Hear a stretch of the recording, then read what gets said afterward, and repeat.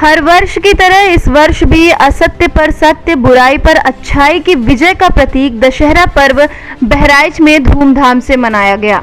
कड़ी सुरक्षा व्यवस्था के बीच रामलीला मैदान में राम रावण युद्ध का मंचन भी हुआ। वहीं मर्यादा पुरुषोत्तम श्री राम के अग्नि बाण चलाते ही लगभग 21 फीट का रावण का पुतला धूं धूं कर जल गया और इस तरह से एक बार फिर बुराई पर अच्छाई की जीत के साथ ही अनाचार पर सदाचार की विजय और असत्य पर सत्य की जीत हुई।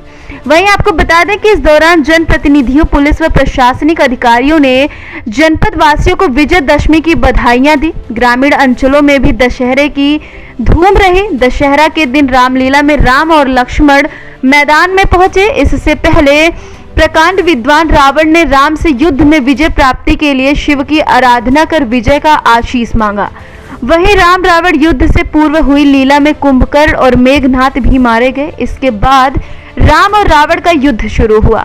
घंटों चले युद्ध के बाद राम के एक साथ 21 बाण छोड़े जाने पर रावण के नाभि का अमृत सूख जाता है। उसके 10 सिर और 10 भुजाएं कट गई। इसी के साथ रावण का अंत हो गया। रावण का वध होते ही पूरा रामलीला मैदान भगवान राम के जयकारों से गूंज उठता है।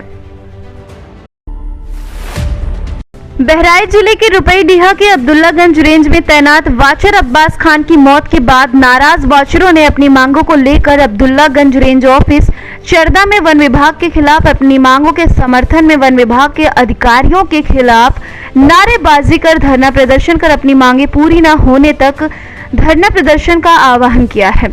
वहीं बृहस्पतिवार को अब्दुल्लागंज रेंज में तैनात थाना रुपईडीहा क्षेत्र के नरैनापुर गांव निवासी वाचर अब्बास खान पुत्र इमामी खान की गला दबाकर हत्या कर दी गई और उसके शव को जंगल के बाहर धान के खेत में फेंक दिया गया।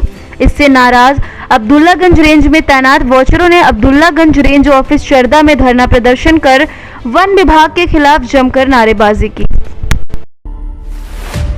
बहराइच जिले से दबंगों की दबंगई का मामला सामने आया है। जिले के नानपारा क्षेत्र के मौजा नारायणपुर कला के मजरा टपरी में सामान्य आबादी की जमीन खाली पड़ी थी। यह बाढ़ प्रभावित क्षेत्र है। इस वर्ष नदी ने खूब तबाही भी मचाई।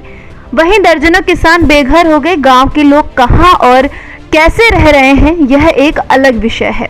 इसी बीच पड़ोसी गांव महोली शेर खां के दबंग जाकिर, नन्हू, निहाल, पुत्रगढ़, सुब्राती ने नारायणपुर में सामान्य आबादी पर कब्जा दर्शाने के लिए सूख का छप्पर डाल दिया, जिसको लेकर ग्रामीणों ने अपनी आवाज लेखपाल के माध्यम से प्रशासन के समक्ष उठाया है, लेकिन अभी तक दबंग अपना कब्जा नहीं हटाए हैं। ग्रामीणों में इस मुद्दे को लेकर आक्रोश है कि ना तो हमारे साथ प्रकृति है, ना ही सरकार। आखिर हमारी सामान्य आबादी पर भी दबंग काबिज होते जा रहे हैं। हमारे मकान नदी में चले गए, कोई हम लोगों को शासन से मदद भी नहीं मिल पाई है। आपको बताते चले कि इस गांव में लगभग 25% आबादी दलितों की है। यहाँ ग्रामीणों के पास भूमि की कमी है, जो थी वह बाढ़ में प्रभावित हो जाती है। यहाँ के अधिकांश लोगों का जीवन मजदूरी पर ही निर्भर है। उनका कहना है प्रतिवर्ष बाढ़ की विभीषिका का सामना करना पड़ता है। जमीन नदी में कटती जा रही है। यदि हमारे गांव की आबादी पर अन्य गांव के दबंग काबिज हो जाएंगे तो आखिरकार हमारे बच्चों को कहां ठिकाना मिलेगा। अब ग्रामवासी शासन प्रशासन से न्याय मांग रहे हैं। अयोध्या नगर कोतवाली क्षेत्र के देवकाली चौकी गोराखना नील गोदाम के पास बुधवार की रात 5 लग्जरी गाड़ियों से आए लोगों द्वारा की गई फायरिंग में युवक की मौत। 2 बच्चियों के घायल होने के मामले में लोगों का गुस्सा सड़क पर उतर गया है। हत्यारोपितों की गिरफ्तारी व मुआवजे की मांग को लेकर स्थानीय लोगों ने सड़क जाम कर दिया। परिजनों ने युवक का शव देवकाली तिराहे पर रखकर रोड जाम किया और फतेहगंज देवकाली रोड जाम किया। मौके पर पहुंचे जिलाधिकारी व एसएसपी ने प्रदर्शनकारियों से बातचीत की और दोषियों के खिलाफ कड़ी से कड़ी कार्यवाही का आश्वासन भी दिया। आपको बता दें कि अयोध्या एसएसपी शैलेश पांडे ने बताया कि आरोपितों की गिरफ्तारी के लिए पुलिस की 12 टीमें लगी हैं। एक आरोपी की मौके से गिरफ्तारी हो गई। 2 अन्य आरोपी बाद में गिरफ्तार कर लिए गए हैं। वहीं मामले में दोषियों के खिलाफ कड़ी कार्यवाही की जाएगी। जिलाधिकारी अनुज झा ने बताया कि मंजीत की हत्या में पोस्टमार्टम के बाद आक्रोशित परिजनों से बात हुई। जो भी दोषी होगा उसे पकड़कर कड़ी कार्यवाही की जाएगी। मर्यादा पुरुषोत्तम भगवान श्री राम की नगरी में 5वें दीपोत्सव का विधि विधान से राम की पैड़ी पर भूमि पूजन किया गया। इस भूमि पूजन में अवध विश्वविद्यालय के कुलपति रवि शंकर सिंह व दीपोत्सव के नोडल अधिकारी और हनुमानगढ़ी के पुजारी राजू दास भी शामिल हुए। दरअसल 5वें दीपोत्सव पर राम की पैड़ी पर 7.5 लाख दीप प्रज्वलित किए जाने के साथ नया वर्ल्ड रिकॉर्ड बनाए जाने की तैयारी है। वहीं दीप प्रज्वलित करने वाले सभी वॉलेंटियर एक ही रंग में दिखाई देंगे।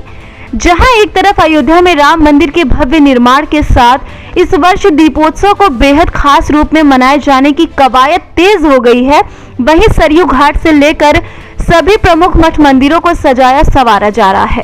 और इस बार भी सरयू तट स्थित राम कथा पार्क में भगवान श्री राम, माता जानकी व लक्ष्मण के साथ पुष्पक विमान से अयोध्या पहुंचेंगे, जहां उनका स्वागत के बाद राज्याभिषेक के गाने का आयोजन किया जाएगा। वहीं अयोध्या के 5वें दीपोत्सव पर अपने ही वर्ल्ड रिकॉर्ड को तोड़ते हुए चौथी बार रिकॉर्ड बनाए जाएंगे, जिसके लिए 9 लाख दीप जलाए जाएंगे। राम की पैड़ी पर सरयू तट के किनारे से लेकर संपर्क मार्ग तक बने राम की पैड़ी के 32 घाटों पर दीप जलाए जाने के लिए 12,000 वॉलेंटियर को तैयार किया गया है। लेकिन इस बार यह सभी वॉलेंटियर अलग रंग में दिखाई देंगे, जिसके लिए इन्हें यूनिफॉर्म भी उपलब्ध कराया जाएगा।